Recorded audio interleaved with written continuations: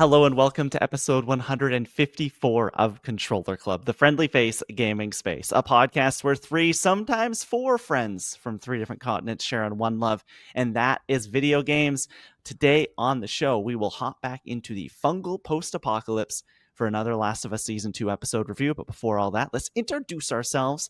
My name is Klein Felt, and alongside me today on this very special day are three of my best friends from across the gaming world. First, coming to us from across the pond, it is the digital art and daredevil himself, Tom Drew. Tom, what's going on? I'm doing good this week. I'm feeling excited because at the end of the week, I'm actually going to. I don't know if you guys have heard of this or seen it on social media, but there's this thing called Marioke, which is a thing where you go to and you play Mario Kart, but they have a live band playing all the music while you're playing it. And I'm going. Cool. I don't know if I'll be able to compete because it's like a lottery system when you show up. But I'll definitely enter and we'll see. I'll report back. But it sounds like it'll be really fun. I can't wait to play Moo Moo Meadows, and they're playing the songs from Moo Moo Meadows with a live like band. So that should be fun. I'll report back when I go. That sounds crazy. It's like dinner and a show. You get to like see, play, potentially play, hang out, and it's a concert. Yeah, it's the full banquet. So yeah, it's gonna be fun. That's amazing. I want to go and do something like that. Next up, it is the journalist extraordinaire, the Australian abroad, my birthday bestie, Lauren Rouse. Lauren, happy birthday. Happy birthday, Klein. Where We else did would it. we rather be than podcasting on our birthdays? So what we did Really nowhere last year we had a weird one. You were still in Australia, and so I think it was technically your birthday at the Yeah, time, but it was yet to be mine. But now we're all in the same time zone. It all works out. That has been an interesting experience this year, having everyone starting to wish birthday wishes like the day before. I'm like, well, this is nice. It just extends the day. You get a nice 2-day birthday present. But we're not all in the same time zone right now because we have another guest coming to us very early from down under. It is the number one Paramore fan, friend of the show, hasn't been on since episode 130. Oh gosh. Shantelle Santos. Shantelle, how are you? Welcome back to the show. And what time is it exactly there? Because it is bright and early. Okay, exactly. It's not that bad. It's like 7:23 in the morning. So it's like a decent time. But it is very cold, as I mentioned to you guys earlier. It is freezing, so I'm in my Paramore hoodie. So truly repping the Paramore merch. It's interesting We you love said it. hoodie and not jumper. Hoodie. It's a hoodie. I have a hoodie. Are they two different things? Am I like out to lunch here? Like Well, Tom. this is a jumper because it doesn't have Yeah. a Okay. hood. That's the jumper. Oh. What am I wearing? Is this like a coat? A zip It's up? like a jacket. Jacket. Okay. Yeah, It could be a jumper as well. Yeah. Okay. I'm learning. Sorry. My Canadian naivete is shining through today here on my Oh, 28th well, birthday. this weekend I had to teach a bunch of Canadians what hip hip hooray is because they don't say that. Really? What? What do you mean? No hip hip hooray. Wait, what? So the They don't do song that just here. ends? The song just like finishes. Yeah. Oh, at the end of happy birthday. Yeah, no, we don't do that. That's not Oh yeah. my We don't do God. that. That's so We'll hip hip sad. hooray at the end of like a, I don't know, your soccer game. You played a good time and you got to go high five the other kids. You hip hip hooray. But no, you only hip hip hooray there. You're not hip hip hooray at the end of a birthday song. It That's makes weird more to sense us. for a birthday song. What are you doing it for though? Like, what's the point? To celebrate the person that you're Yeah. celebrating the birthday. Okay, You're so giving them Tom, joy. you seem to know what's going on here too. It's a UK thing as well. It must, yeah. I think this is well, I mean, I was going to say it's a colony. It's a Commonwealth thing, but apparently not. Yeah, but I guess it isn't. I don't know. So it didn't make its way over there. So That's what a shame. happens? You get to the end of happy birthday to you, and then Hip, Hip, hip. what? Hooray! Hip, And hip, everyone cheers hooray. Everyone As says loud as hooray. they One can. person says hip hip. Yeah. Yeah, and then you do it like 3 times at least, I'd say. Yeah. How obnoxiously loud are we getting? Well, it depends who the crowd is. Yesterday, they Yeah. didn't actually sing me happy birthday. They just sang hip hip hooray. What? Oh. What is Yeah. happening? Okay. Because we were teaching them. Oh my god. Oh my God. Okay, This is so Well, cursed. So they that's forgot not the why song. we're here today. We're here to talk about the post-apocalypse, so let's get into it. The Last of Us Season 2, penultimate episode, The Price. Lauren Rouse, take it away. Okay, we're back for Cordyceps Club once again. As Klein mentioned, this is season 2, episode 6, titled The Price, written by Neil Druckmann, Hallie Gross, and Craig Mazin, and directed by Neil Druckmann, who also directed and wrote The Last of Us games. So we know that this is going to be a big one. As always, we're going to get into our general spoiler-free impressions of the episode first. Shantelle is the guest. We'll start with you. What did you think of this episode without getting into the plot details? Okay. Well, I've got like 2 pages of like notes on my phone because I was just like, I've just got so much to say. But spoiler free, as like a standalone episode, I thought it was really emotional and really impactful, and the performances were amazing. But I think as like an episode in between, like what we just saw, it feels a little bit like jarring, like where we've like taken place now. But I can go into that later. Okay, very good. What about you, Tom? I'm in a similar place. Like I think looking at this episode on its own merits, like I definitely like I agree. I thought like there were a lot of emotional beats that definitely hit. I thought the performances overall were just like, stellar from across the board, what you come to expect from The Last of Us as a show. But yeah, I think just in the wider context of season 2, I'm kind of almost being left a bit deflated going into the finale and not like super excited, which is like a strange feeling to be with, like after such a what like could have been like I feel like one of the best episodes of this season. But just with everything that they've tweaked and how they've structured the show, I don't know if we needed this right now. Personally, we'll get a bit more into the reasons why that might be. But I'm really caught in the middle. To quote a Paramore song, because Chantal said. But no, I because on one hand I really did like a lot of it, but at the same time there are just these overhanging things with the placement of this episode, just the season as a whole, that it is leaving me not able to fully enjoy it. So yeah, there's a lot of mixed feelings at the moment. But yeah, we'll get into that in a little bit. Incline. I thought I was going to come on here and sound absolutely insane. I think that this is one of the strongest individual episodes of The Last of Us, but in the context of the entire show, I'm sitting here with Shantelle and Tom going, this really to me felt like a hitting the brakes and really felt like a stop. And I don't know what we could have done to have accomplished that differently. I think that this was going to be one of the inherent challenges of adapting The Last of Us Part 2 is that story works so well in a continuous gaming experience where you have the whole story from beginning to end right there. You can beat it in a month, you can beat it in a day. Like it's all right there laid out before you. But in TV they can't do that, and they need to have this kind of episodic storytelling and seasonal breaks and episode counts. And so it's just, I am sitting here going, man, I loved everything we got in this episode. But did it need to happen now? Did it need to happen in the way that it happened? I don't know, a little conflicted about that. Yeah, I think to, make for boring podcasting, I Hive agree with mind you all. reigns again. Oh man. I like the episode, but there are things I am leaving feeling a little bit mixed, and I can't quite identify exactly why. I think, like I sort of said last week or in the previous weeks, it does really feel like The Last of Us season 2 would benefit from being a binge season where you can watch all the episodes back to back and understand each of the decisions that they're making and watch it instead of having the weekly gaps. Because when you do look at it in the context of this season, this was everything that happens in the episode has no bearing on the plot in the current timeline apart from emotionally. And it does do what it sets out to do. It sets out to truly make you miss Joel and make you feel the loss of Joel in the story and sort of lament what Ellie and Joel had and what she's fighting for.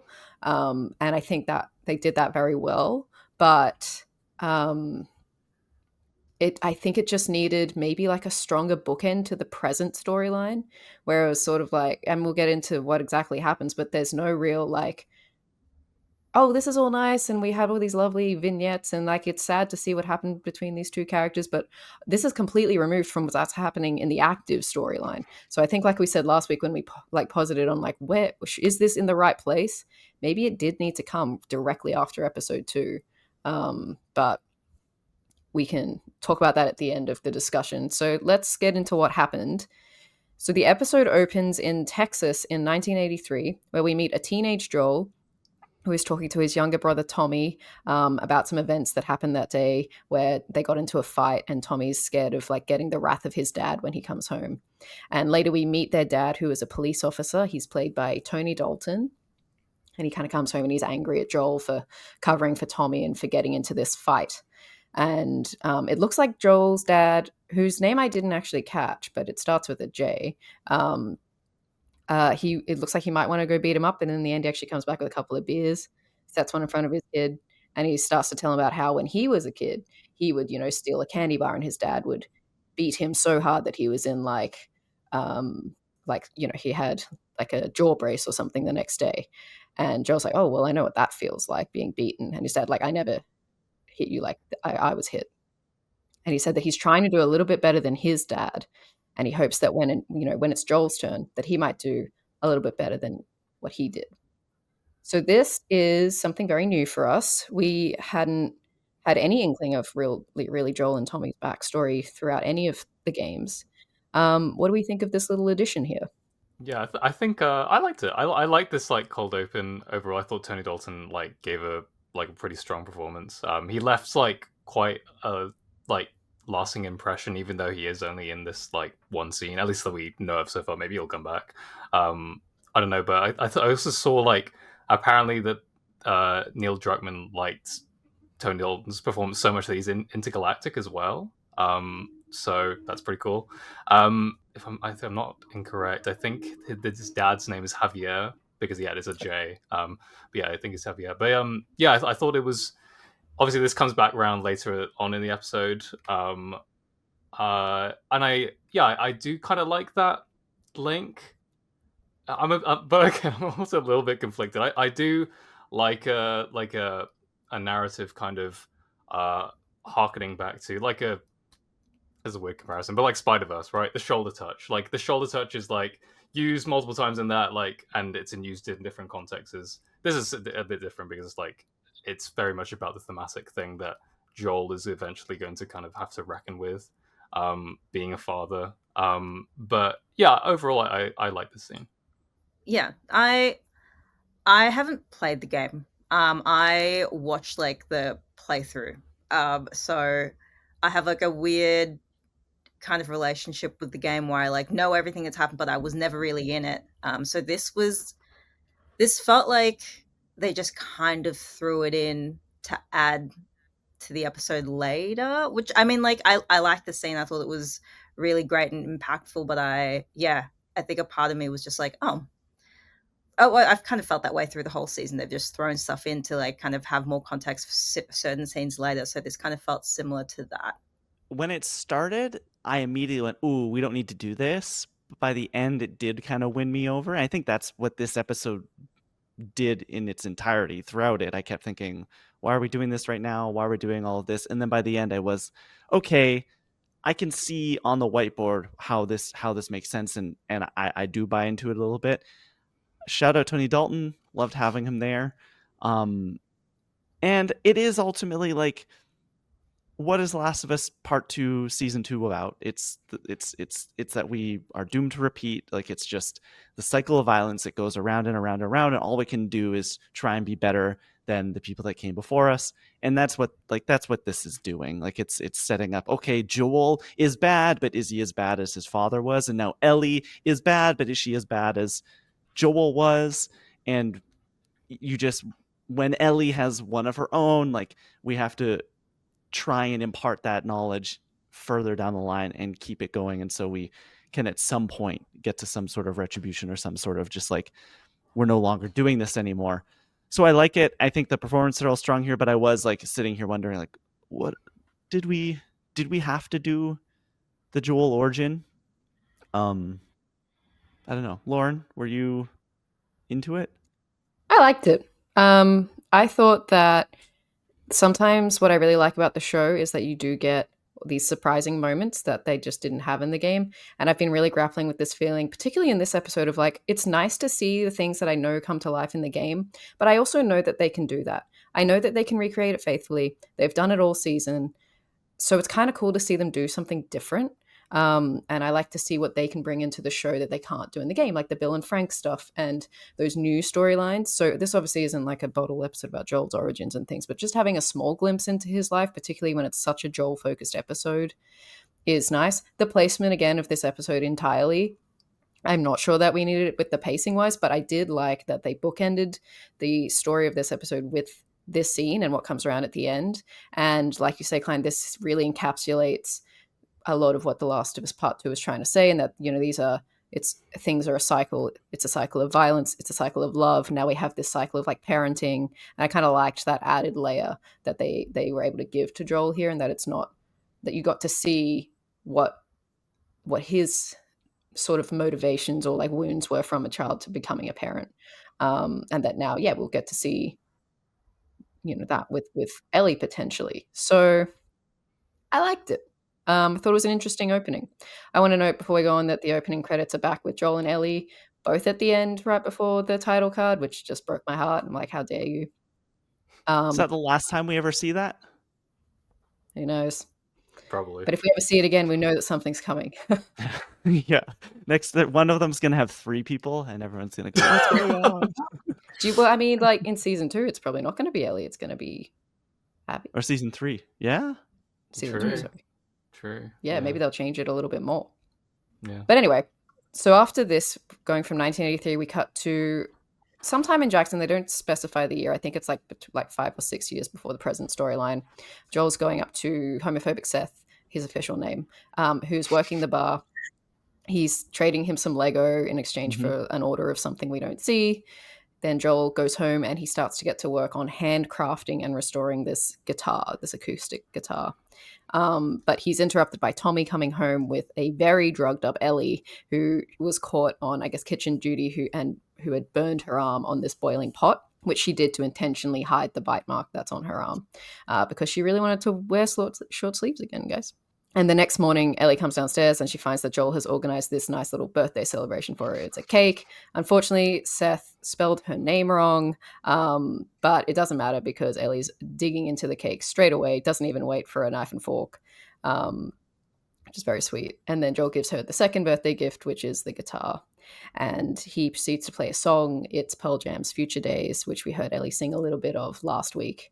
And at the end of the song, he says, you know, he understands why she wanted to burn her arm. So I think we might stop in between each of these little like birthday segments, because I do really like, one thing I really like about this episode is that they did frame all of the flashbacks around Ellie's birthday. And so this first one, what do we think of that? Because I think the scene in the game occurs pretty much in the opening. Like when Joel gives her the guitar and sings Future Days, it's like one of the very earliest flashbacks that we have in the game. So yeah, anyone want to go first? Tom, was there any good Lego in the bag?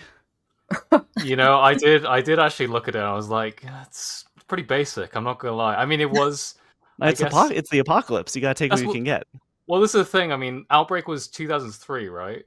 In this. So what was show. popular? Is there? You know what could be in there? Bionicles. I know. I didn't see any Bionicle pieces though. That's the thing. So, but having said that, you know, like it is very basic stuff. But they weren't at the time. Like the biggest stuff was like, yeah, like Bionicle, Lego Star Wars was like the first like licensed thing they'd ever done. So, like you said, that you can take what you can get. But if I was a kid in the apocalypse, I'd be like, this Lego sucks. I want a freaking It's got X-Wing. nothing cool. Come on. Yeah, I want something awesome. But no, I think I really liked the scene. I thought it was cute. They had some like fun like just visual gags with like I said, Lauren, with when they cut to Ellie with the cake. It is also almost like a cartoon the way they like cut between. And I just found that pretty hilarious. And the Eli joke I thought was fun too. Yeah, I think because we never see how Ellie gets the tattoo in the game, right? If I'm not mistaken. No, she just has it. So to kind of see like the origins of that, I thought was kind of interesting, and I thought like because they mentioned like how she like intentionally burned her arm. To see that how that actually played out, it was this like weird, messy, like strange thing where she's drugged up. I thought was a bit of fun. So yeah, I thought this was like one of the stronger like flashbacks they did, and I agree with you, Lauren. I think even though I don't fully agree with putting all the flashbacks in one episode, the fact that they did frame it around her birthday was like kind of the way to do it if they were going to do it. So I did like that kind of, it was each day like a year or a couple years later sort of thing. It was so different though from like all the other episodes we've gotten so far. I found immediately coming into this one and then leaving this one, after that I got into the rhythm of it, but like this flashback I almost couldn't even enjoy it because I'm like, okay, we're in 1983, and then it's like now it's like I think it says there's another time tag. It says like 5 years ago or something like that. And then after it goes 1 year later, and it just jumps around so much that I am thinking, man, I don't know how you would have done it, but I wish these were interspersed somehow.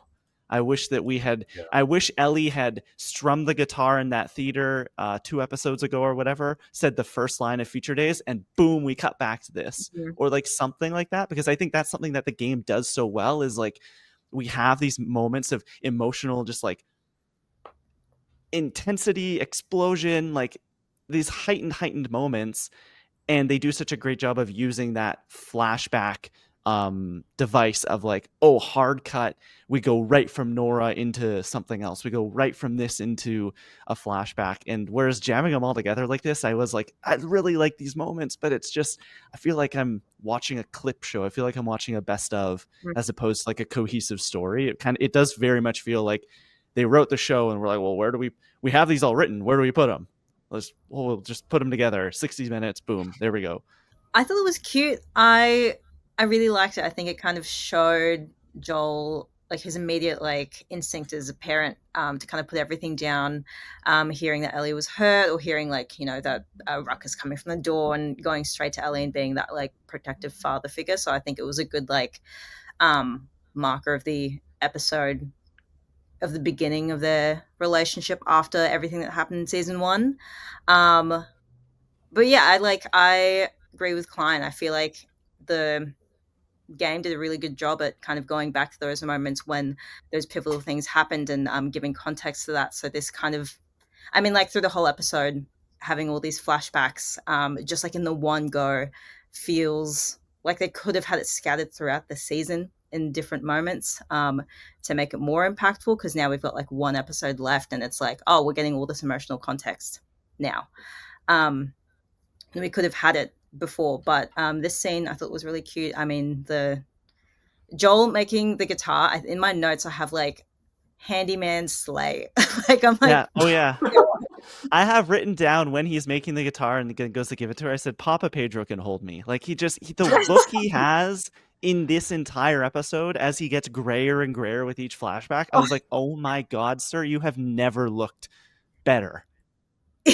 yeah, he does. Yeah. That scene when they're like restoring the guitar and you see like all the little pieces coming together and stuff, it really scratched that part of the brain, which took me back to like Toy Story 2, you know, when like Woody's getting a new cone of paint and they're like buttoning up his jacket and things like that. I was like, oh, it's like, yeah. So Toy Story 2 and I also Last like Toast. the added detail of him making her the guitar, not just like restoring it, but him like actively, like he takes that thing apart and inlays the moth and has no idea what the moth means, but is still like, he knows just she has this fascination with it, putting the dinosaur bone little like inlay at the very bottom of it as well. I thought that added such a nice Dinosaur bone?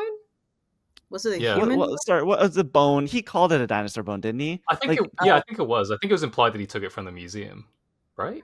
No, he Yeah. got it from Seth at the beginning when he was like, oh, I need one more thing. Oh yeah. Don't worry, you have a lot okay. of them. I guess he doesn't discover the museum till like No. later on. Okay. Well, the bone. I thought it was a I dinosaur. took it as a dinosaur bone.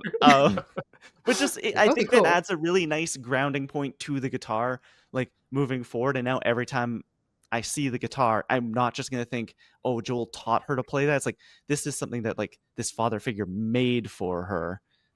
Even though she doesn't have the moth guitar with her, but it adds a little extra layer that wasn't necessarily there in the game. It was kind of just like, this is the thing that they bonded over. They played it together. Yeah, and there's a moment, I think in episode 1 or 2, it must be 1, where, he comes in to see Ellie and the guitar's just, like, lying on the floor. And he's like, "Oh, you've been playing much?" And that does happen in this season, doesn't it? Yeah, episode 1, I think. And you're just, now that you know, like, where that came from, it just hurts so much more. Yeah. Shout out the Pearl Jam song. We didn't mention it, but like I thought Yeah. Pedro's actual performance of it sounded very genuine, like very authentic. Like, oh, he doesn't sound like a classically trained singer by any means. And it kind of made the performance for me. Yeah, and I know there's people out there being like, "Well, you like this would technically not have existed in this timeline." I'm like, who cares? Neil and Craig It's said made that up. coming in. They were like, we don't care. Like, we genuinely don't care. This song is perfect for the story It's we're just a telling. song, Yeah, guys. yeah, no, yeah. The story is fictional. We can pretend it came Yeah, out like a different year. you're watching a show about fungus zombies, okay? Like, What are we doing? Yeah. I'm sure Jesus. Yeah. Pearl Jam, Eddie Vedder, I'm sure he had lyrics written down at some point before 2003. Yeah, I think Yeah. just quick. Oh, sorry, Lauren. What are you gonna say? No, you go.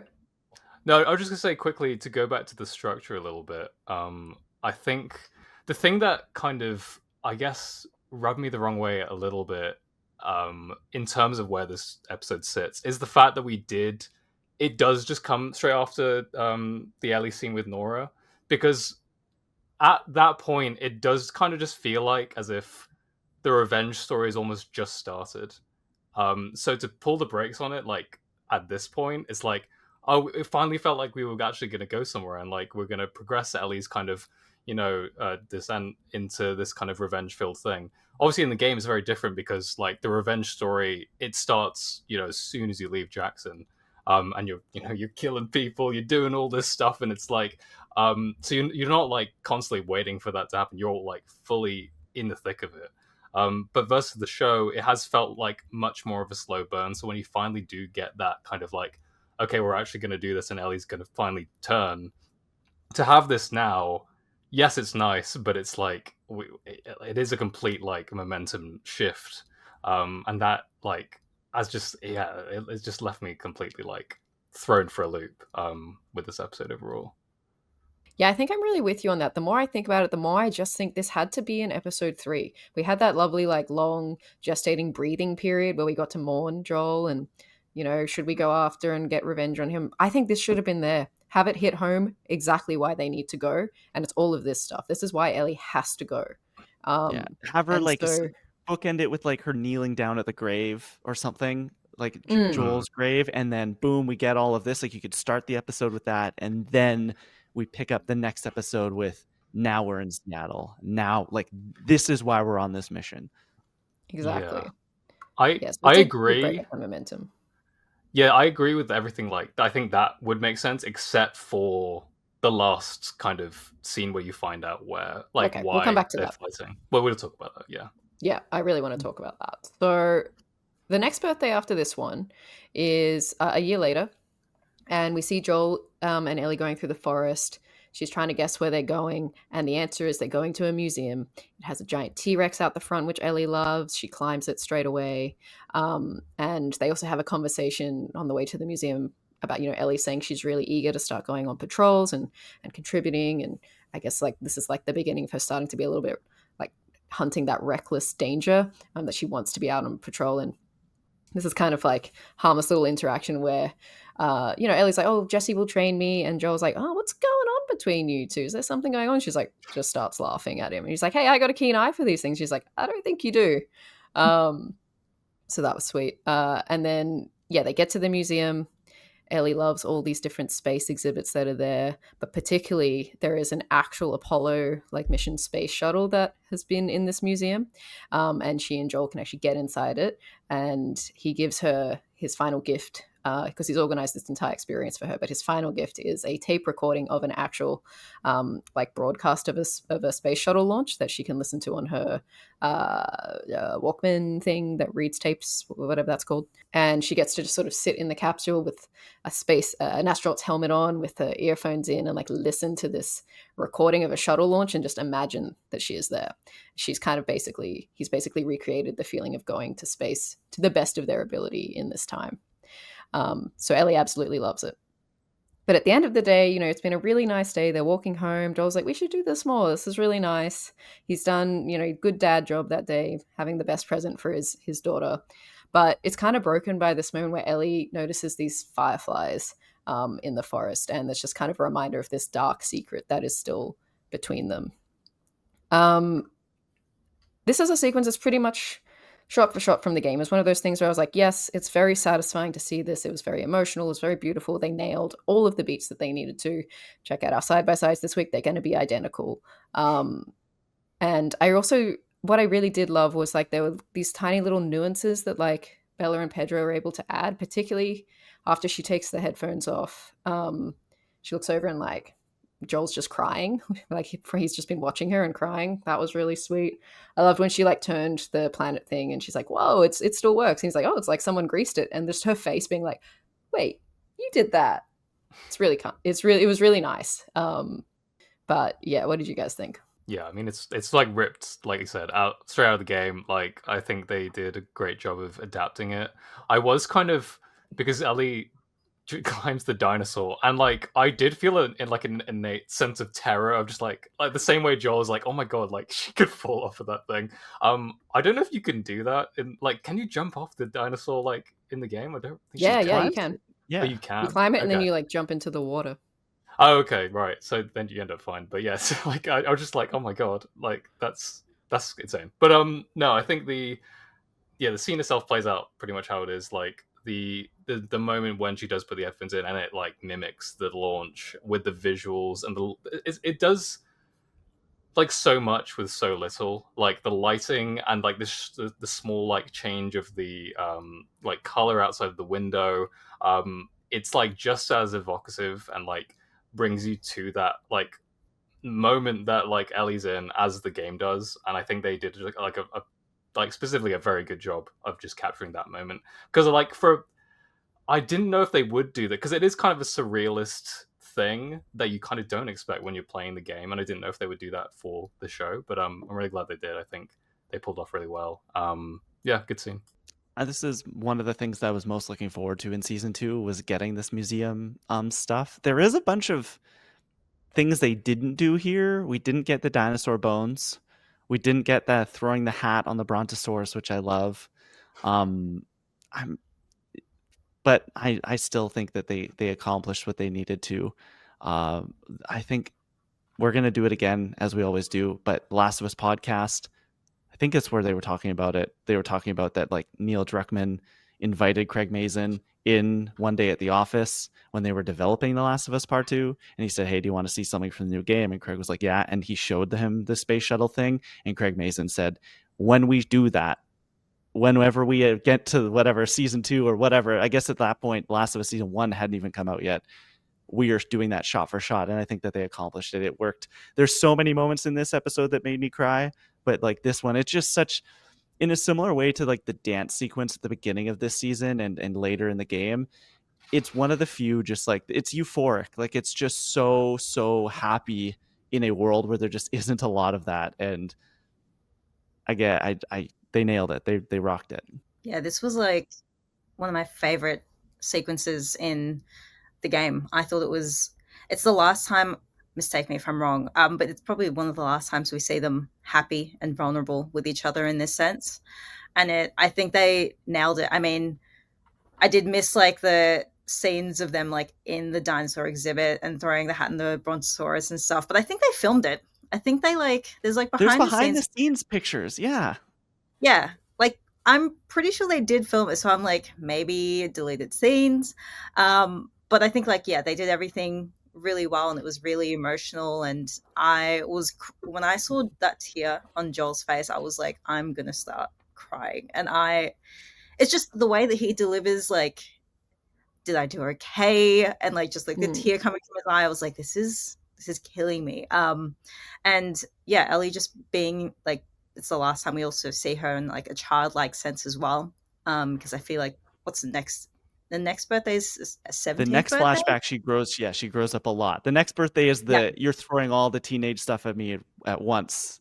Yes. Flashback. So yeah, it's fully the last time we kind of see her in this like childlike sense. And it was a really nice kind of way to just see them for the last time and how their relationship has flourished and how much he cares about her and loves her. I loved it. Yeah, it's also nice because you really rarely see Joel being vulnerable, like truly vulnerable.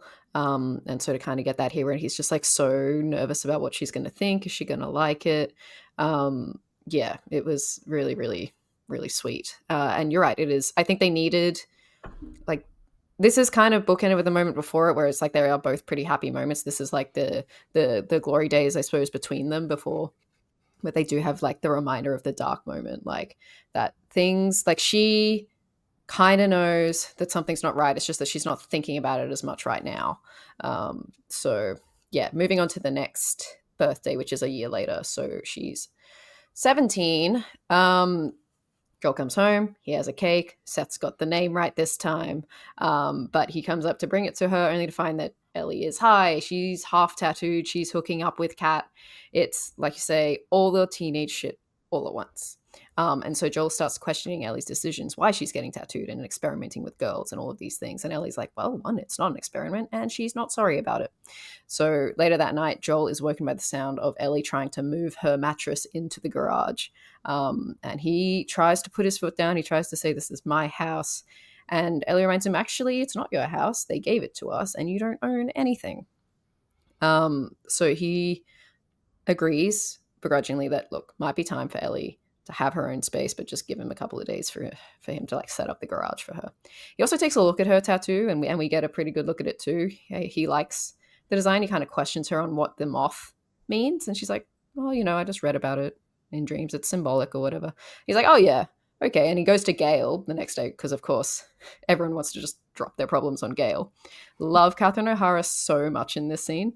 But yeah, he comes to her and asks, do you know about dreams and symbolism and things? Like, what does a moth mean? It's probably like change and growth and things. And Gail's like, no, that's a butterfly. A moth means death. He's like, oh. And then she has this great moment. She's like, oh, he's not going to leave me alone. Why? And then he just walks away. I really loved. Like, Catherine O'Hara is absolutely getting the guest Emmy this season, or supporting whatever they put her in for. She's so good. I really have enjoyed of all the additions in The Last of Us this season, like the new characters and stuff. I think she's been one of the best. But yeah, this was the first sort of like year of like, okay, it might be the apocalypse, but teenagers still have all the same problems, and you can still have all the same issues. And this was like the first, I guess, time we got to see that between Joel and Ellie. Shantelle, we'll start with you. What do you think? I saw this really interesting take online about how people think that this episode showed how homophobic Joel was, which I don't think is a good take at all. I think it's like a man who grew up in early 2000s in Texas. 1980s.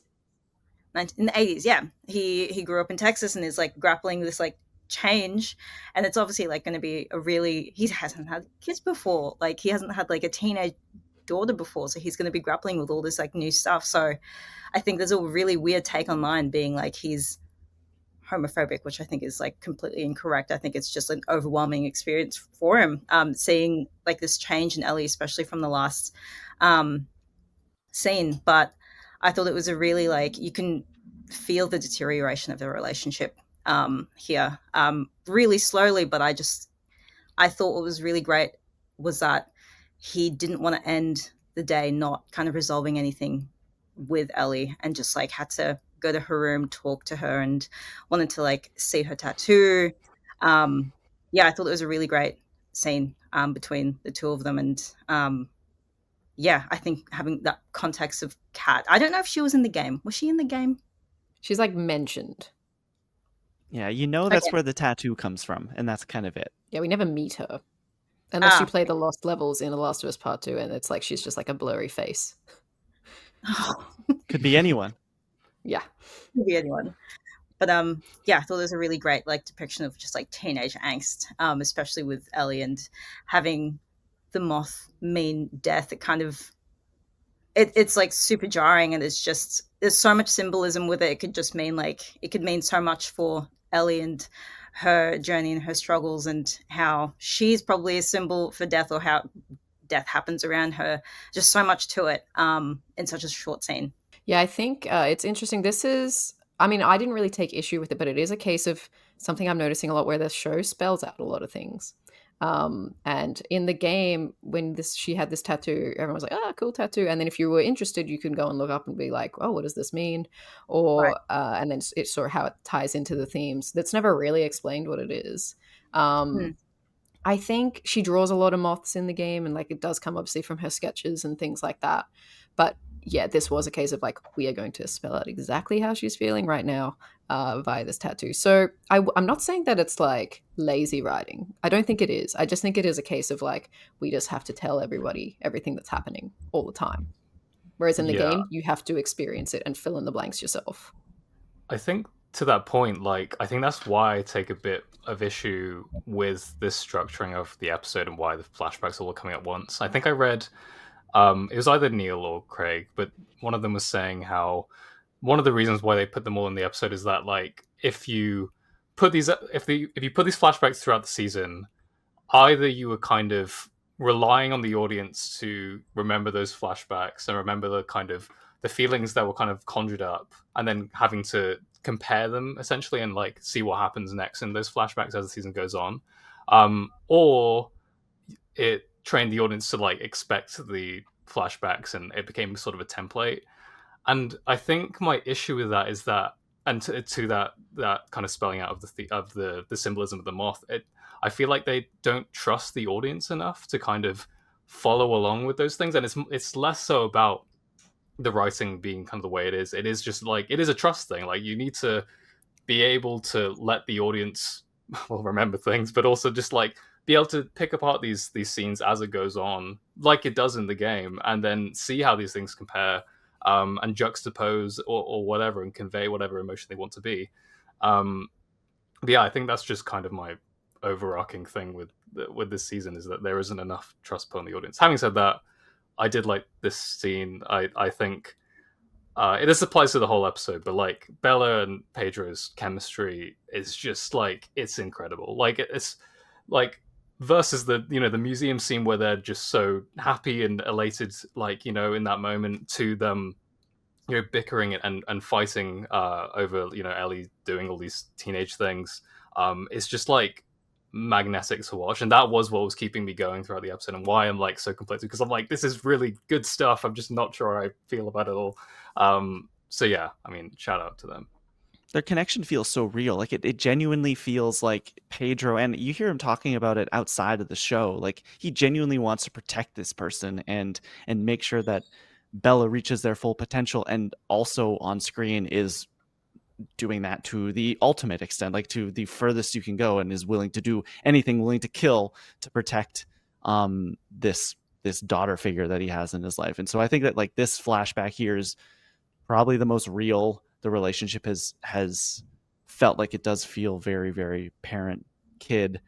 And it's interesting that you bring up the like trusting the audience, Tom, because I think that's why The Last of Us, even season 1, works so well. Like that ending, you're putting a lot of trust on the audience there, leaving it that ambiguous and doing that. And then The Last of Us Part 2 game, like I think that's something that it does. Like the reason it is as good as it is because it does give, like it puts so much on the player, and they take these leaps and they take these swings, but they're trusting that you're going to come along for the ride, and they're trusting they don't have to spell 100% of everything out for you right then and there for you to want to continue playing. And so I'm kind of with you there, thinking, hey, maybe pulling some of this back a bit. Yeah, the moth thing is like the smallest of small, but it's just like little things like that, and a few things over here and a few things over there. Maybe it would have felt more of like a genuine experience, instead of, okay, we gotta spell that out, we gotta spell this out, we gotta make sure that the average TV audience, whatever that means, can understand what's going on. I literally am with you, Tom. I had the exact same written down, which is like lack of trust in the audience. And I don't think the moth is the biggest example of that. I think that comes later, and in many other moments throughout this season. But yeah, it's sort of like they like TV audiences for the most part. Like we're smart. Like people watch, Game of Thrones and Slow Horses and Severance, and like they can take away what they need. They can form their own meanings, but it's not really giving you that same room in this show. And it's so hard for us again because we've played the game. We know what we got out of it. We can't see it from the point of view of someone who's just experiencing this for the first time.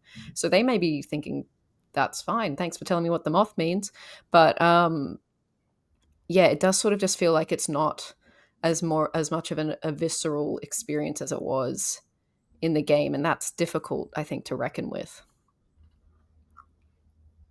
I had another thing to say about this. We didn't get this scene in the game, I don't think. So this was nice to have something new. And yeah, it was. I've forgotten completely what I was going to say. That's really, really prepared of me. Anyway, it was just very heartbreaking, but real, I think, like we've said. But let's jump forward 2 years later. This is Ellie's 19th birthday now, and she's sitting in her room. She's practicing what she wants to say to Joel, which is basically asking him what she's been wanting to say for years. She wants to know what happens at Salt Lake City at the hospital because she knows that she's picking apart the flaws in his story. And she's clearly been dwelling on this for many, many years. And now she really just wants to come out and ask him. But anyway, Joel arrives and he's got her a birthday gift. This time it is what she'd been asking for. It's her first patrol. Of course, he's taking her on the safest route possible, but it is a patrol. And, Joel suggests, like, hey, we should do more of this. It's just like the old days, kind of like he had suggested on her birthday a few years ago. And he can tell that something's not right with how she's reacting, but she doesn't want to say it. But they're interrupted by a radio, which tells them that a patrol nearby has been attacked by infected and they're the closest, so they should go and check it out. And they come across Eugene, who is played by Joe Pantoliano. Yes. And he's been bitten, and he's basically begging for them to let him go and see his wife, which is Gail. This is, the Eugene that's been alluded to in the previous episodes. We finally get to meet him in this one. And he's begging to go see Gail, but just so he could say goodbye. He thinks he's probably got enough time before he turns. And Ellie agrees with this. She's like, let him go see his wife. Like, he's not going to go inside. We've got a gun on him the whole time. Like, let him do it. And Joel's like, all right, you go get the horses. We'll meet up with you later. And she's a little bit hesitant to let him go, but he's like, I promise this is what we're going to do. So Ellie goes off, and while that happens, Joel walks Eugene at gunpoint to a lake, and then he says, give me your last words for Gail. So Eugene realizes what this means. He's very distraught. He says, it's not her last words. It's not my last words. It's her last words for me that he needs. I thought that was a great line. And Joel almost puts the gun down, but then he says, if you love someone, you should always be able to see their face. And so when Ellie comes back, it's to find that Eugene is dead. And so on the way back, they're dragging Eugene's body behind the horse, which is symbolic of what happens to Joel later when they're dragging him behind on the horse. And Joel's saying to Ellie, listen, we're only going to tell Gail, like, let me do the talking. We're only going to tell Gail what she needs to know. It's going to make it easier for her. And so that's what he does. And Gail is very upset, and she kind of, gets a hug from Joel, and she's crying. And then Ellie can't stand this. She says, that's not what happened. He begged to come back and see you, and Joel didn't let that happen. He shot him. And so Ellie's very upset. Gail's very upset. And Ellie reminds Joel that he swore to her. And we know that she's not talking about Eugene in this moment because she said that he swore. So she's returning to that idea of he swore that what he said about the Fireflies was true. And she knows that now that is a lie.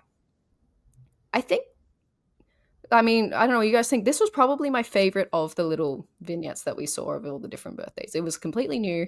I think I liked how they tied in Eugene as a character who they'd been alluding to previously, and to see how it happened and what it meant as a way to kind of give Joel a situation that he had kind of in that hospital, but not as extreme, to kind of allow the truth to come out from his actions for Ellie. I thought that was quite smart. And it was very effective. And also Eugene was great. Shout out to Joe Pantoliano. He was excellent in like a couple of short scenes. But yeah, what do you guys think? Tom? Yeah, I like the scene too. I think the one thing that we've just talked about, like trusting the audience and that sort of thing. I think this scene is like one of the demonstrations of like the opposite. Like that line you mentioned about like where Joel says like if you love someone you can always see the face. Like he doesn't say I think about Sarah all the time, but like these like that's who he's like implying that he's like you get the implication there, and so that was like a nice detail. So there is like the screenwriters when they're cooking, they're cooking. You know what I mean? But no, I think that like whole interplay with them, I thought was really well done. I am still like I don't like dislike the fact that this like replaces what happens between Ellie and Joel at this kind of moment in the game, because like you kind of said, Lauren, this presents a situation which almost like shows that Joel hasn't like changed at all, and he is just kind of like defaulting to those behaviors of like basically lying to be able to protect Ellie, and I think that was a good way of like linking it back to the five layers as you kind of talked about. So I think both versions, quote unquote, of this scene like work on their own. And I'm not sure which ones I prefer. I feel like I need to play like the game again to really get the full impact of that. But no, I thought like it was very well acted, and I think like what it does for the episode and what it does for the themes of the show, I thought were really well done. Did anyone else think that we were going to get I mean, Lauren, when you broke down episode by episode before we watched the show, you kind of thought this was where we were going to get the question, and we were going to get what we do ultimately get in a flashback in the game that we don't necessarily hear, or they move it around. So did anyone else think that that was happening, and then they kind of subverted your expectations? Sorry, what was happening? That we were going to get the question. We were going to get Ellie and Joel doing what they do on the porch, essentially, here. Oh, no. Really? I thought for sure we were going to get a question about them, like, because don't we... You mean what that happens outside the hospital in the game? Yeah. When she goes back. Yeah, I think this was a replacement for that. But we don't get the the culmination of it. Yeah, it does kind of tie in directly to what we're going to talk about in the next scene. Yeah, I think the act of having her in her room reading out the questions was enough to me to realize she knows. She does still need his confirmation, but she knows enough that he was lying, and she's pulled it apart enough in her mind and relived it enough to realize that there's this gap in her life and that he's the holder of the information. And all she needed was this event to understand that. So I kind of don't mind too much that they didn't have to have the scene of her actually going back to the hospital and uncovering that, because you didn't need it. She knew already. I mean, I could talk about it in the next scene, I guess, because I think the things I want to talk about with like the hospital scene has something to do with the next one. But okay. I thought Catherine O'Hara was great in this. Because as soon as that scene happened, I had to pause because I felt my heart like break. I was like, I'm anxious. I'm feeling exactly what like they're trying to make us feel in the scene. And I had to pause for like a minute. I was like, I can't do this. I can't see this happen. But yeah, she was amazing. She was great in this. The way Joel goes to her immediately after Ellie stops talking, and she just slap right across the face. It was like, oh my God. Tough. Like, yeah. Joel, not a great guy. Yeah. No, kind of a crappy guy. Complex human. Yeah. All right. Well, let's get to the last scene. So with the next scene is not a birthday. It's just 9 months later. We see the dance at Jackson from episode 1, just from Joel's perspective. And then we also see later that night on the porch, we see, Joel sitting playing the guitar and Ellie walking by, except we learn that actually she came back to talk to him and they had a conversation that night, on the night before he died. And what unfolds between them is this very pivotal scene from the game. Two very pivotal scenes from the game that they've smushed into one. And basically Ellie asks Joel point blank about what happened at the hospital. And she says they're not to lie to her because otherwise they're done. If he lies again, this is over between them. So Joel tells the truth. He tells her that making a cure would have killed Ellie. So he did what he did. He stopped them. This obviously makes Ellie very furious. She hates that Joel has taken away her purpose, which was to die in the hospital that day. Joel says that he knows, but he would do it again. If he was given the chance, he would do it again in a heartbeat. Ellie says this is because he's selfish, but he says it's because he loves her, and it's in a way that she can't understand. And he hopes that if she has kids of her own one day, that she'll do a little bit better than him. Just bringing it back to that scene from the opening. And then Ellie says that she doesn't think she can forgive Joel for this, but she wants to try. You guys talk, because it's really very emotional. Yeah. I could go. It's a lot. This scene, I mean, Pedro's acting his ass off. Like he's going crazy mode. Like Oh my he's God. so good in the scene. That I love you. Like moment. For me, I it's just the like really nodding, felt like it. very Mm. hesitant, like going into the no and going into the yes, where it's like Mhm. you can see every gear in his head working behind his eyes, going, "How do I like? I have to admit this right now." Yeah, it's hard to watch, and yeah, I think he just like I said it like before, but like he does such a good job throughout the episode. But like here, just the culmination I thought was so well done.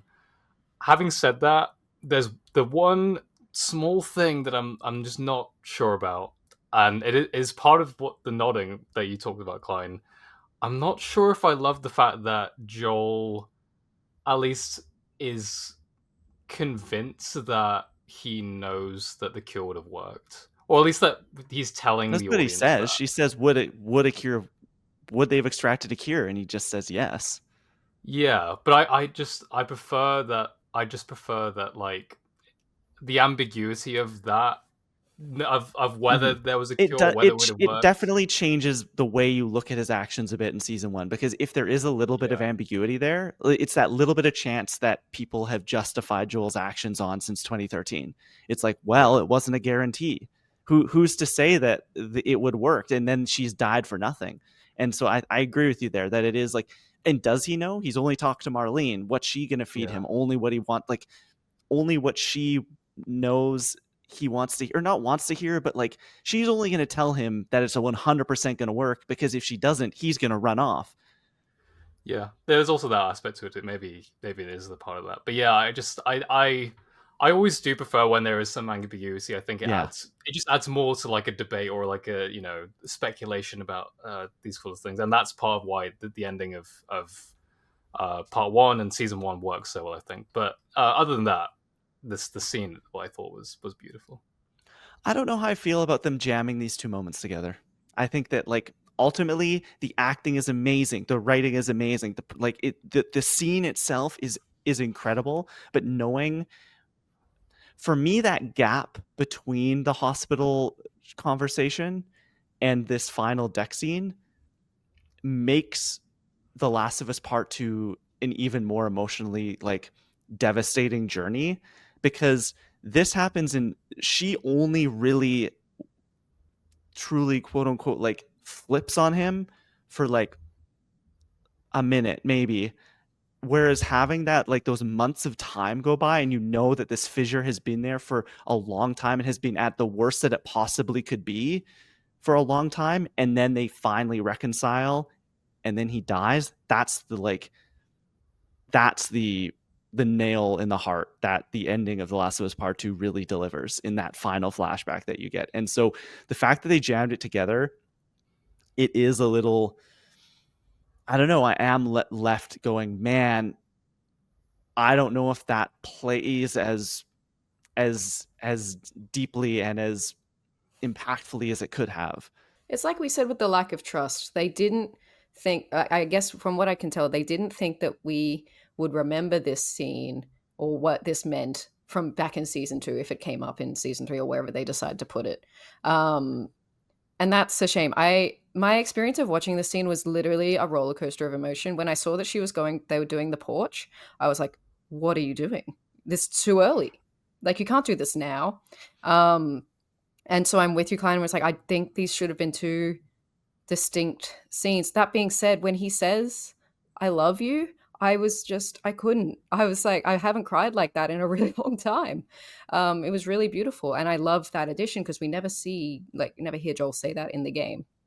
So I really loved that he said that here. And I think they could have achieved that in the same scene, the scene that is her learning the truth from him. Like, say outside the hospital, if they chose to do it there, I think it could have been in that scene and this explanation. But I think the flip of her then being like, I don't think I can forgive you, but I want to try, which is the main epitaph that comes out of that scene, which makes you realize that she has reckoned with it. I think that belongs at the end of the story. What So I if we don't had think how cut I feel right about it. before Yeah. that? What if we had cut? We have the I love you.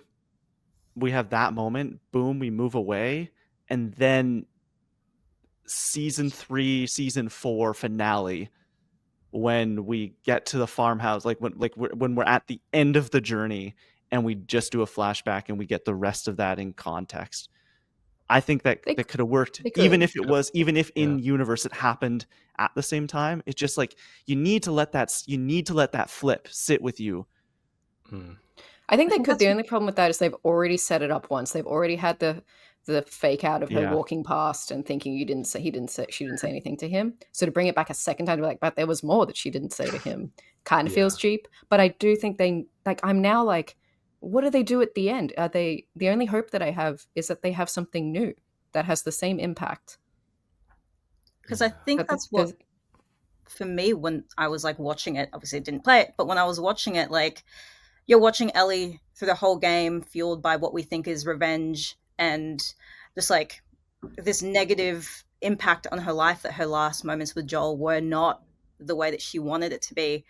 And then those last 10 minutes, you kind of see that flip in her story and it recontextualizes the character arc of her throughout the whole game. And having that now just felt like, yeah, like Lauren, like, what are we going to do at the very end of the show? Like, this should have been something that happened at the end of the show when we saw her kind of go on this revenge fueled journey. Like, we haven't seen her like really kill anyone. We haven't really seen her like do anything other than kill Nora. And now it's just like, oh, now we know what her motives are.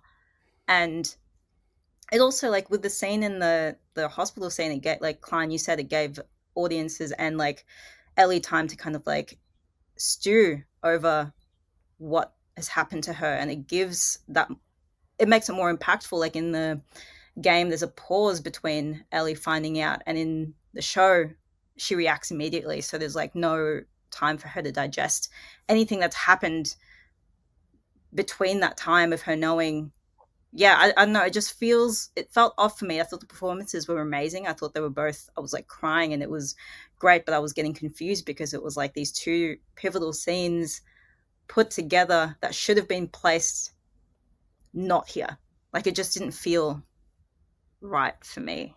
it's like it works, but it doesn't. Like I think they achieved what they needed to in the previous scene where we know that she knows that he lied, even if they don't explicitly have that conversation. So this scene should have just been reserved for one or the other. Have it be that she's learning about the lie, or have it be that she's forgiving him for it. Don't have it be both. Yeah. Well, it I think almost. it's. Sorry, no. Oh, Go you go, ahead, Tom. No, I was just gonna say, like, the I think it also doesn't help that we also know what Abby's motivations are now. Like, basically, all of those kind of reveals are kind of on the table now. So, what is gonna keep us, Be a like, very linear story. We're just yeah, I don't know. Like, I Especially mean, because there's still stuff like to look forward to, obviously, because there are like other emotional moments with other characters that I'm very much looking forward to see. But those kind of driving factors, and the reason, like a lot of the reason why you are playing the game is like because you're like, why did this person do this thing? Why did this person kill Joel? And to not have that driving force, and then also now knowing completely where Ellie's coming from, it kind of just recontextualizes the whole thing. And I don't think for the better. Well, because like in The Last of Us Part 2, when you're playing it for the first time with Ellie running through Seattle, you're like, she is here because her father figure died. And that's the reason. That's the only reason. But as you learn, that at the end, no, it wasn't that like just her father figure died, is that it's not just that Joel got taken away from her, it's that the potential future of that of a reconciled relationship with him got taken away. And now that we know that, it is going to make this revenge quest feel like, oh my gosh, like the next person she meets, the next kill she does, whatever, you're going to have that with you, and it's going to hit a little bit harder. But I think that is something that you have to save. Like, I think that's like the best parts about The Last of Us Part 2 is that you have all these reveals slowly. They don't tell you really anything and send you on this adventure, and over time are slowly pulling the layers back instead of kind of giving it all to you and then throwing you on this adventure. Well, I think to add to that, and we're going to do full game spoilers now. That scene for me happens where it does to understand why Ellie doesn't kill Abby in the moment. She goes to the ends of the earth multiple times to try and kill her, and then gets her and doesn't do it. And you're sort of sitting there like, well, I mean, depending, it all comes down to you on the player and how you feel in that moment, or whether she should have done it or not. But to understand why comes in that scene, where that there is a hope for forgiveness, and so she can forgive Joel, and now she can forgive Abby. And so what are we going to have for that now? I think, yeah, it frustrated me.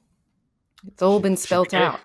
She forgave someone else in between. She forgave like another person. We're gonna meet somebody for sure. I think that what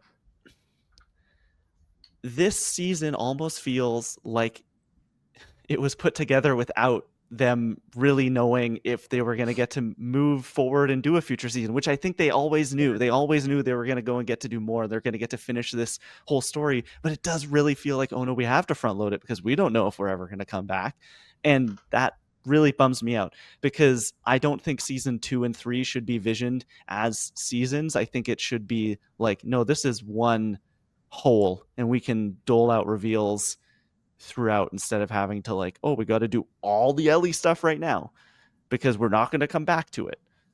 It could be that, but I also think they're a little bit afraid of what happened when The Last of Us Part 2 came out and people's reactions to it. And I think they feel perhaps like they need to soften things and give context to certain moments. But then they kill Pedro in the second episode.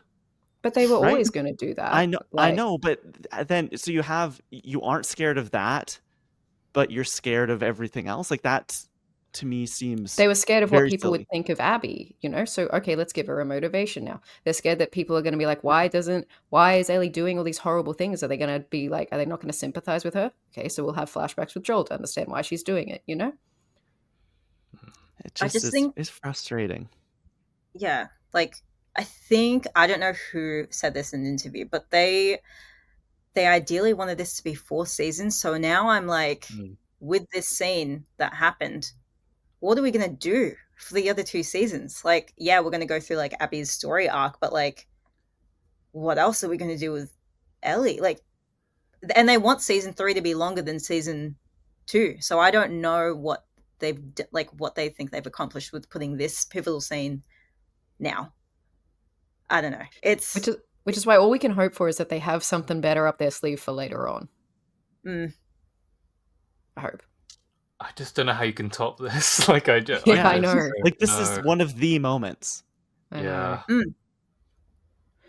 Yeah.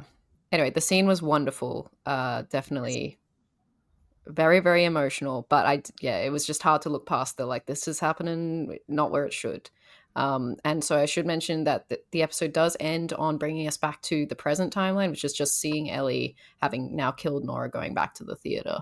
And yeah, that was another big issue that I had, is just I think we needed a scene I think we needed that scene in the theater at the beginning, and then something else that's more powerful at the end to remind us that we're back in the journey, we're doing something, even if it was just cutting back to like, I don't know, something gruesome like seeing Nora's dead body or something, just to remind us that like this is what's happened as a result of this. Like this, we're back in the journey.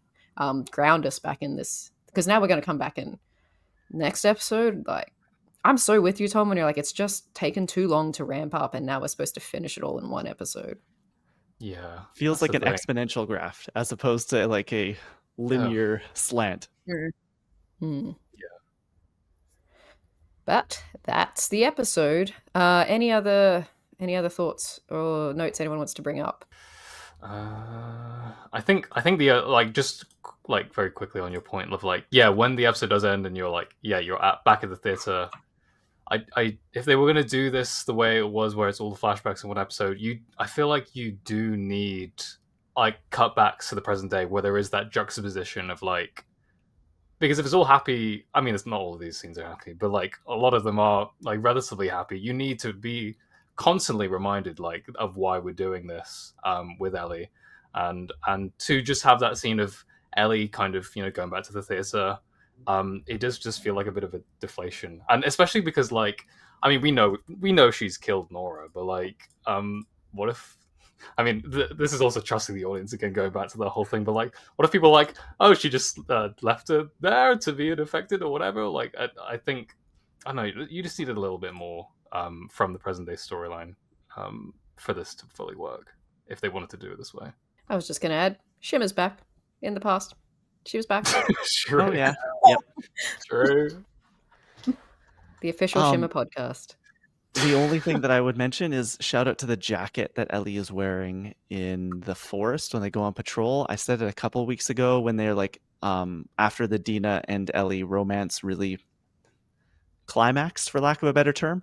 I thought that Bella really to me looked like part 2 Ellie coming out of that for some reason. There was just something different. Her walking through the forest with the rifle in her hand and the jacket on, that looked like part 2 Ellie more than anything I've seen this season so far. Like she looks just like Ellie there's those promotional shots of her walking through the forest with the rifle in her hand, and I thought that whoever costumed her there did an amazing job. I think Bella did do a good job of showing the gradual change in Ellie over these years. So, which was very good. All right. Favorite moment of the episode? The museum. For me, I guess it was maybe because I'm just like, we just need something positive in this. Like and it was my favorite scene in the game, so I just loved that relationship and how that was shown. And it was, yeah, like you guys have said, it's like it was pretty true to the game. So yeah, loved it. Yeah, I agree. I think like specifically the rocket pod. I always love, just in general, when different media, whether it's a game or a show or a movie, like when it's like a very, I mean, The Last of Us it's set in a world full of zombies and stuff, but it is very grounded. So I love when a show that is or something that's very grounded does something a little bit surrealist and kind of like against format. So to have that here with Ellie in the space shuttle, I thought. Yeah, very good. Just to not say the museum scene again, I'll say something different. And I can't believe I'm going to do this. We just talked for like 25 minutes about it. I think it's the deck scene. As much as I hated them jamming it together, just the performances and the stuff was so good that, I mean, it's heartbreaking to watch, but. Mine's the porch scene too. It's the addition of "I love you." It just broke me. And that's like probably leading into the next one, which is best performance or line. This was Pedro's episode. There's no doubt about it. Like they got him for one or like one extra time, and they made use of him. Yeah. Shout out to when Pedro says guitar. I love when he says guitar. It was really good. Some people call this a guitar. I'm gonna give it to a line because I haven't mentioned too many lines. It wasn't sex and it wasn't a fucking experiment. Just the way Bella delivered that was like just daggers into Pedro. I think we should also point out, just to go back to the porch scene at the end, there's a bit of preamble to what they're talking about, but he talks about, so you and Dina, you're together now, like, she'd be really lucky to have you. So I think to your point about Shantelle, about some people saying he's homophobic, well, he's had growth.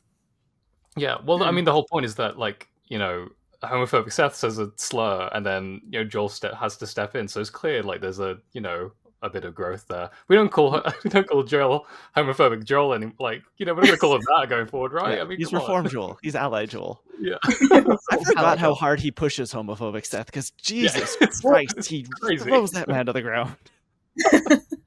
What's your Shantelle? I think it's because I love you, just because it's not in the game, and like we know that Joel loves Ellie, but having that kind of like said was like oh my god, like he said it. I'm gonna start crying now, like you, Lauren. Like I was like bawling. I was like, this was unexpected. Petra's performance was just this whole episode, that porch scene again, like you guys said, like as much as we were like talking about it for the last 20 minutes, that last scene, the performances were amazing. It was some of the best I've seen between the two of them. Shout out the you swore from Bella. That was Yeah. another one. They're really good at just like these one line, like, oh, like that. You put that on the reel. But then we have to explain what the moth means.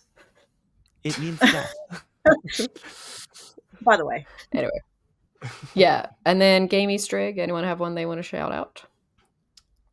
Well, it's not a game Easter egg, and we did mention it already. But shout out Lego. I mean, shout out. I always Shout out Lego. Whenever Lego shows up in anything, I'm like, it's there. I like Lego. I like seeing it. So it's good. That's my pick for this week. They had the I saw this on Twitter. They had the same owl mug that Joel was using in the game. Oh yes, the mug. Yeah, I was like, oh, that's really nice. Does she say I'm on a motherfucking dinosaur in the game? Because if she does, I think that would be my Easter egg. Yeah, I think she does. Yeah. I really like that one. Or I guess this is like, it's not really an Easter egg, it's pretty blatant, but like we got Future Days, we finally got it, and I was very happy that we did. Yeah, I don't really have any more to add after that. I think Future Days was really nice to hear. Still one of my like top 10 experiences ever is hearing Troy Baker sing that song live. Like, crazy. As a Last of Us fan, that's just so special. And so yeah, it holds a special place in my heart, that song. All right, finale predictions. What are we thinking? My biggest question. Well, we know where I think it's going. I think it's ending where Ellie's story ends in the theater. I think everyone's going to be really pissed off about it because you're going to have to wait a couple of years to find out what happens, who may live or die. But yeah, so we're thinking, I haven't played this section in the game to know how much to fit in, but I guess we've got to get through the aquarium. We've got to see more Seraphites, more WLF. It seems Isaac may have more to play in the next episode, so that's going to be new. Any other thoughts? Are we going to see Owen and Mel, you think? For sure. Oh, yeah. Yeah. We're going to see a lot more of them than I think we want to. Are we going to see the dog? Oh, no. I hope not. I hope not too. But probably. I had a prediction that I think, Lauren, you are correct in that we will get everything right up to the end of the theater. But I saw a theory going around online, and I think they may do this. I think we see something after that, and it's like Abby waking up in the stadium. It says Seattle Day 1. Then we cut. I think that they may, like, just seeing that written down. I saw somebody on Reddit had it, and I was like, man, like, it would be epic for them to do just like this hard right after we let you live and you wasted it. Boom, go to credits.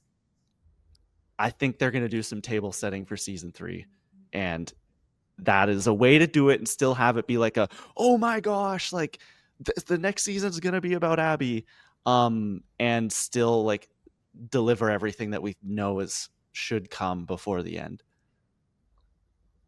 Maybe.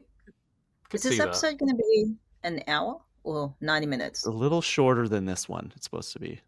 Rumored. Yeah, I don't think they have any 90-minute ones this season. Yeah. How are they going to fit everything in? That's what I'm worried about.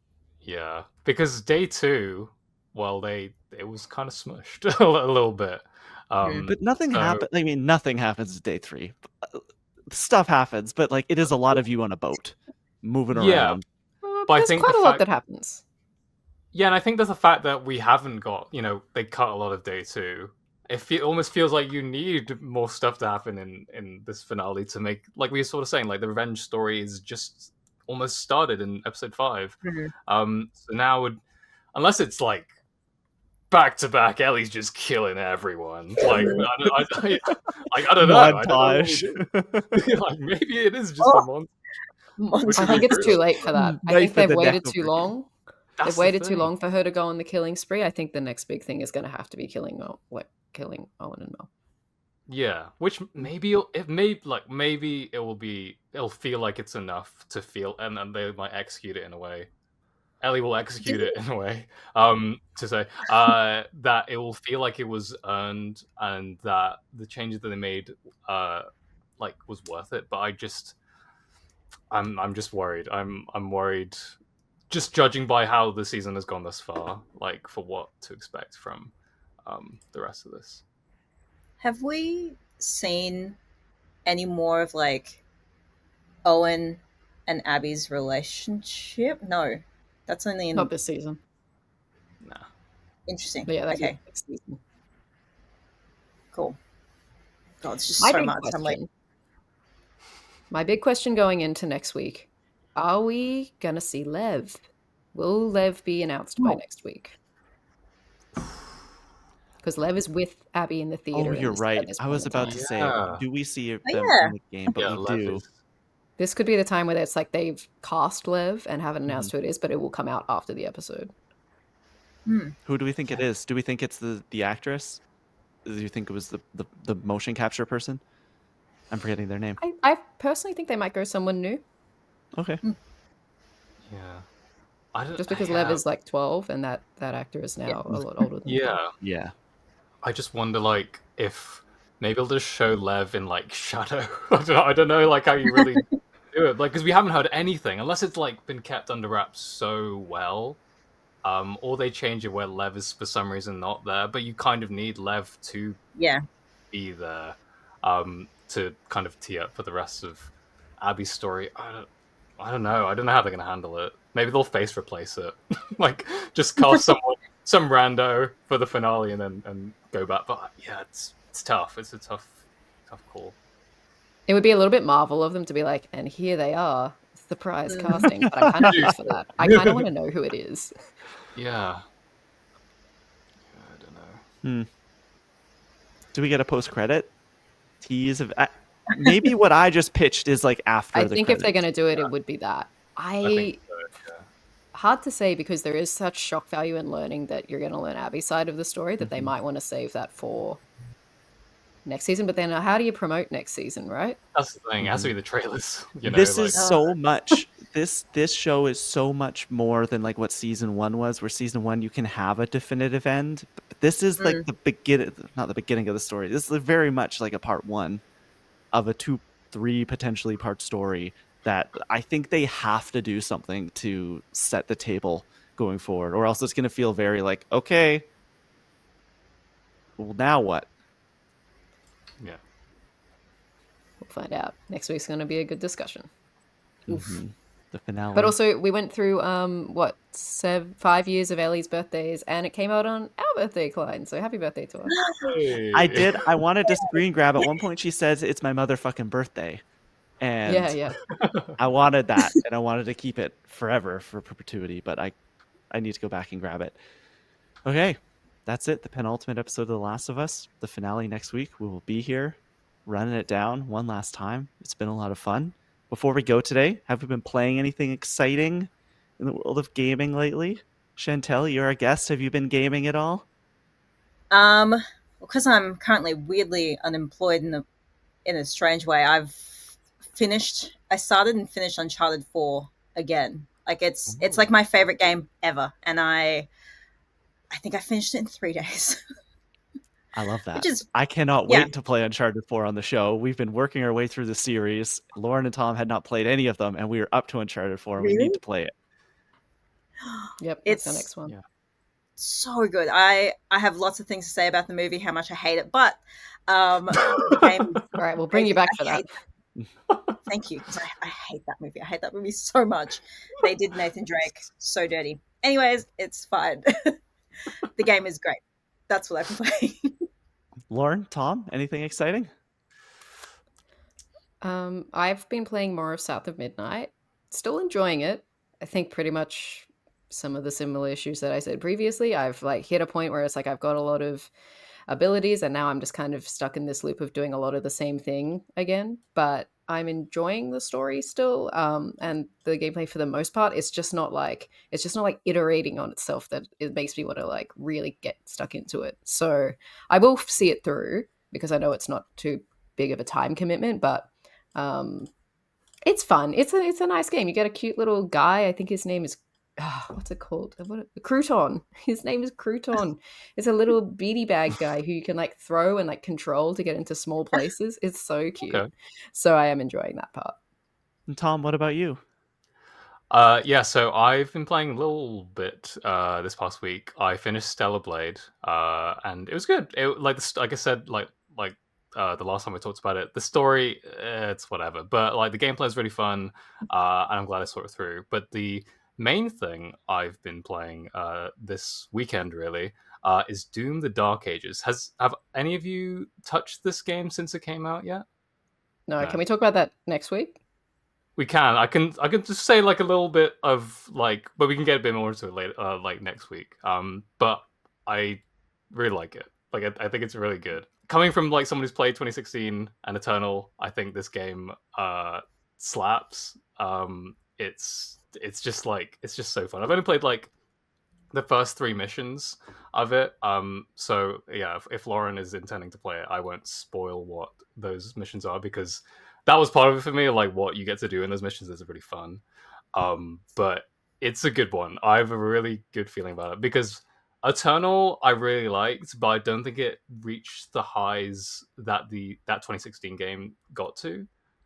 Dark Ages, I think will. I think it will reach them, and it kind of already has. Like in those first three missions, and there's 22 missions, I think, from memory. So there's a lot more to get through. So yeah, I'm interested to hear what you think when you get to it, Lauren. The only thing Yeah, I've I been will. playing that's new is the GTA hype got me, and I re-downloaded GTA 5 over the weekend and was just like staying up late, not even doing anything, just getting in a car and turning on the classic rock radio station and just driving around in the California or whatever they call it sunset.